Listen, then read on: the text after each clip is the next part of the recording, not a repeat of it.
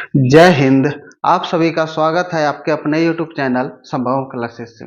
हम लोग देखेंगे क्लास 10 के क्लास 10 के सवालों को, यानी कि क्लास 10 का जो मैथ का जो है उनके सवालों को सबको कोचिंग कर रहे थे, हल कर रहे थे। मैथ में जो क्वेश्चन है वो भी कौन सा एनसीईआरटी जो था मैथ, उसी के सवालों को कोचिंग कर रहे थे, हल कर रहे थे। पिछले वीडियो में हम लोग प्रश्नावली 1.1 के सभी प्रश्न को क्या कर चुके थे। आज के प्रश्नों में देखते हैं प्रश्नावली 1.2 के सभी उदाहरण को देखेंगे कि कौन कौन से उदाहरण है, किस तरह से प्रश्न पूछे जा सकते हैं एग्जाम में। उसी के तरह से हम लोग कोचिंग करेंगे, सवालों सबको हल करेंगे। तो देखते हैं ये उदाहरण नंबर कौन सा है, 5। उदाहरण नंबर कौन सा है, 5। देखेंगे कोचिंग कह रहा है सवाल में, देखेंगे। कहता है कि संख्याओं 4 पे पावर n पर विचार कीजिए जहां n एक प्राकृत संख्या है। जांच कीजिए कि क्या n का कोई ऐसा मान है जिसके लिए 4 पे पावर n अंक शून्य यानी कि 0 पर समाप्त होता है या तो नहीं, समाप्त होता है या तो नहीं। देखेंगे, कहता है कि ये 4 पे पावर n है, ये n के जगह पे कौन सी संख्या रखेंगे जो कि अगर हम इसको गुना करेंगे तो ये शून्य पर समाप्त होना चाहिए। किस पर समाप्त होना चाहिए, शून्य पर। जैसे कि 2 पे पावर 2 रखे तो 2 को 2 बार गुना कर देंगे, 2 दूना 4, ये कितने पे समाप्त हो गया, 4 पे समाप्त हो गया। अगर सपोज डेट मान लो कि 3 पे पावर 3 रख दिए तो 3 को कितने बार गुना करेंगे, 3 तिया 9, 9 तिया 27, ये कितने पे समाप्त हो गया, 7 पे। तो उसी तरह से कहता है कि 4 पे पावर n, ये n पे कौन सी संख्या रखेंगे जो कि ये किस पर समाप्त हो जाएगा, 0 पर समाप्त होगा। किस पर समाप्त होगा, 0 पर।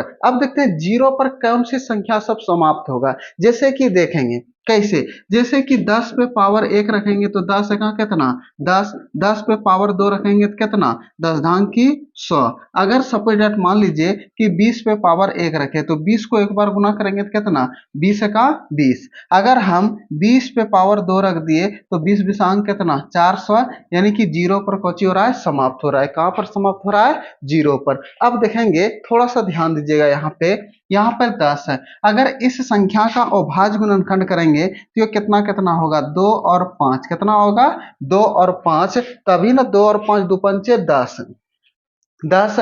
अब देखेंगे, अगर यहाँ पे देखेंगे ये भी 20 लेंगे, अगर 20 का अभाज्य गुणनखंड करेंगे 2, 2 दूना 4, 4 पंचे 20। देखेंगे अगर कोई भी संख्या शून्य पर समाप्त हो रहा है, कोई भी संख्या किस पर समाप्त हो रहा है, शून्य पर समाप्त हो रहा है, इसका मतलब है कि उस संख्या के अभाज्य गुणनखंड में क्या क्या दिखना चाहिए, 2 और 5। क्या दिखना चाहिए, 2 और 5 दिखेगा, तभी वे शून्य पर समाप्त होगा, अन्यथा वे शून्य पर समाप्त नहीं होगा। तो देखते हैं क्या क्वेश्चन कह रहा है कि 4 पे पावर n जो है, ठीक है, कितने पे पावर n है, 4 पे पावर n जो है, क्या वे शून्य पर समाप्त होगा।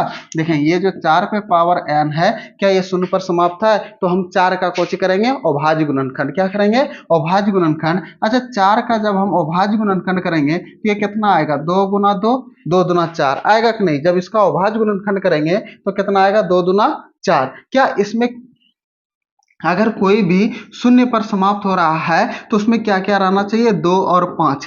क्या इसमें 2 और 5 है, जब इसमें 2 और 5 नहीं है तो क्या ये शून्य पर समाप्त होगा, नहीं। तो यहां पर लिखेंगे, क्या लिखेंगे कि Q के अभाज्य गुणनखंड, इसको Q बोलते हैं, ठीक है। देखेंगे Q के अभाज्य गुणनखंड Q के अभाज्य गुणनखंड 2 पे पावर m नहीं 2 गुना 5 के रूप का नहीं है। अतः 4 पे पावर n शून्य पर, किस पर, शून्य पर, यानी कि 0 पर समाप्त नहीं होगा।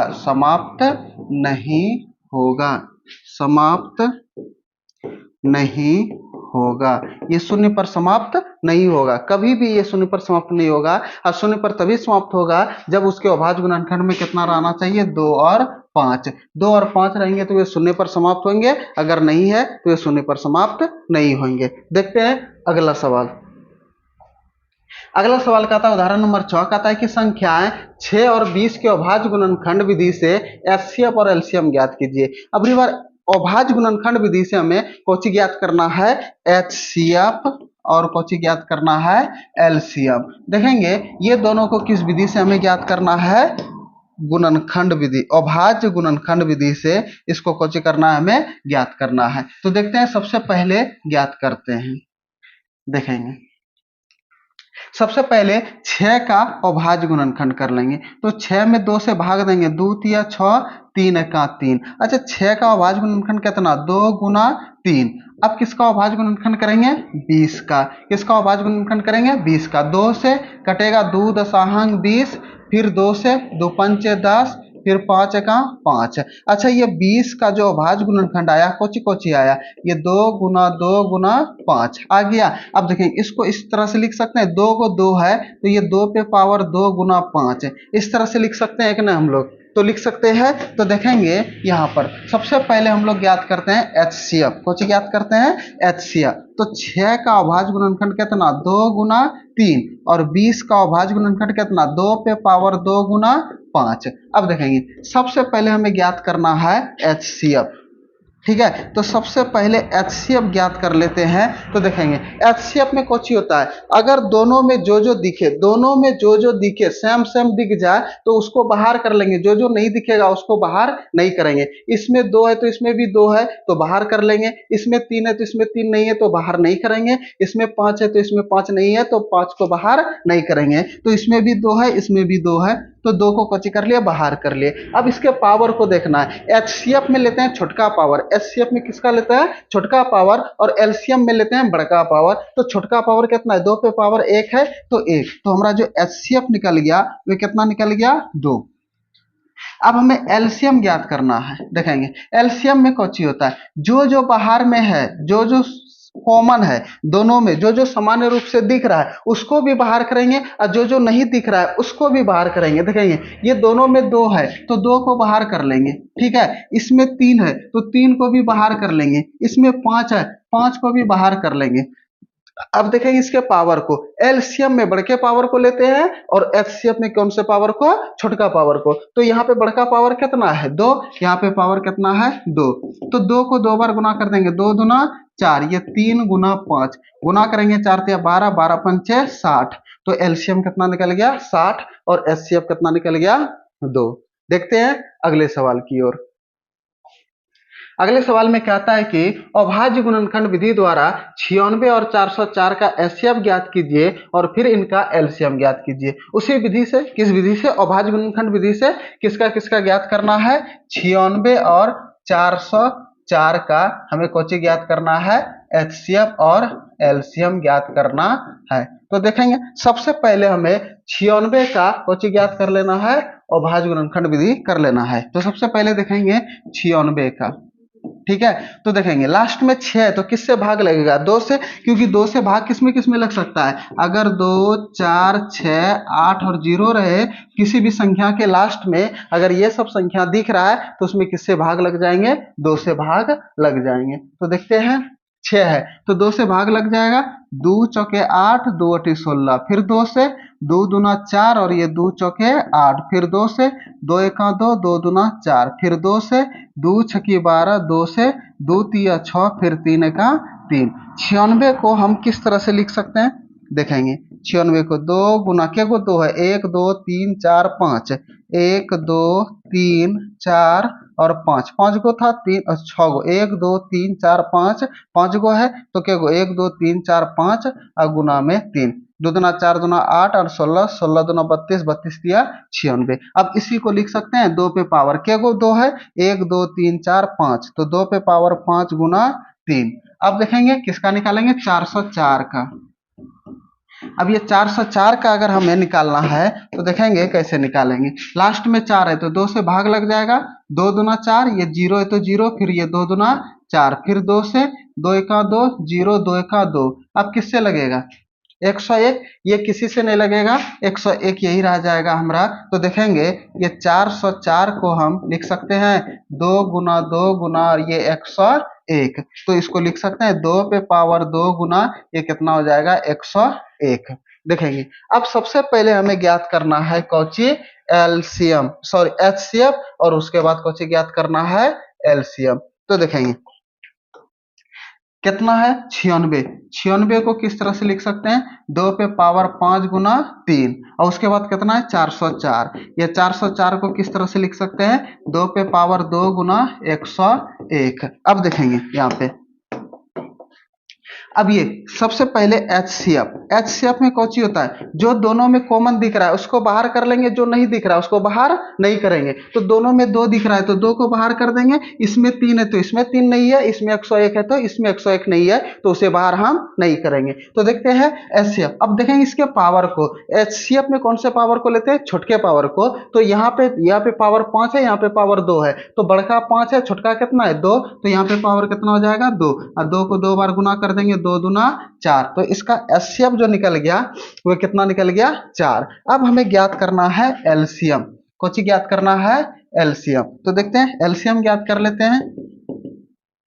एलसीएम ज्ञात करने के लिए जो जो दोनों में दिख रहा है उसे भी बाहर करेंगे, जो जो नहीं दिख रहा है उसे भी बाहर करेंगे। देखेंगे 2 दिख रहा था, 3, और ये कितना 101। अब देखेंगे इसमें से लेते हैं बड़के पावर को, किसको लेते हैं, बड़का पावर। बड़का पावर है कितना 5। अब देखेंगे 2 पे पावर 5 को, 2 पे पावर 5 है तो 2 को कितने बार गुना करेंगे, 5 बार। अगर 2 को 5 बार गुना करते हैं कितना आता है, 2 दूना 4, 4 दूना 8, और 16, 16 दूना 32। 2 पे पावर 5 को कितने 32 गुना 3, और गुना में कितना 101। अब 32 गुना 3 करेंगे तो कितना 96 गुना कितना 101, तो ये गुना करेंगे तो 96 96 हो जाएगा। देखेंगे 96 का 96, फिर 96 का 96, ये आ गया। एलसीएम निकल गया कितना 96 96, एचसीएफ कितना निकल गया 4। यहां तक में सवाल को अगर समझ में आ रहा है तो कमेंट बॉक्स में जरूर बताएंगे। देखते हैं अगले सवाल की ओर।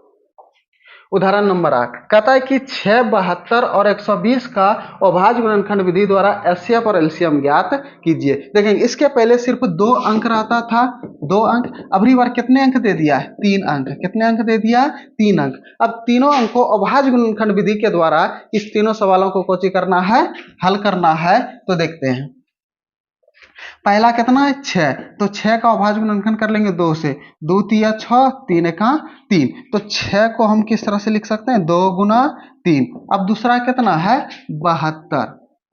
अब ये 72 है तो 2 से भाग लग जाएगा, 2 से 36 दुना 72, 2 से 18 दुना 36, 2 से 2 नमा 18, 3 से 3 तिया 9, 3 का 3। अब देखेंगे ये आ गया, तो 72 को हम किस तरह से लिख सकते हैं, 2 गुना 2 गुना 2 और गुना 3 गुना 3। इसी को लिख सकते हैं 2 पे पावर 3 गुना 3 पे पावर कितना 2। अगला कितना है 120, कितना है 120। अब देखेंगे 120 का अभाज्य गुणनखंड करेंगे 2 से, 2 छकी 12 0, फिर 2 से 30 दुना 60, और फिर 2 से 15 दुना 30, फिर 3 से 3 पचे 15, फिर 5 से 5 का 5। इससे जो भाग देते, जो भागफल आता है उसी को नीचे में लिखते हुए जाते हैं। देखेंगे अब ये 120 को हम लिख सकते हैं, ये 2 गुना 2 गुना 2 गुना ये 3 गुना 5। अब इसी को लिख देंगे 2 पे पावर 3 गुना 3 गुना 5। देखेंगे जब इसको लिख दिए, अब हमें कौची ज्ञात करना है, एलसीएम और एचसीएफ। तो देखते हैं यहाँ पे 6 को कितना 2 गुना 3, उसके बाद कितना है 72, 72 को कितना लिख सकते हैं 2 पे पावर 3 गुना 3 पे पावर 2, और उसके बाद 120 को कितना लिख सकते हैं, 120 को हम लोग लिख लेंगे 2 पे पावर 3 और गुना में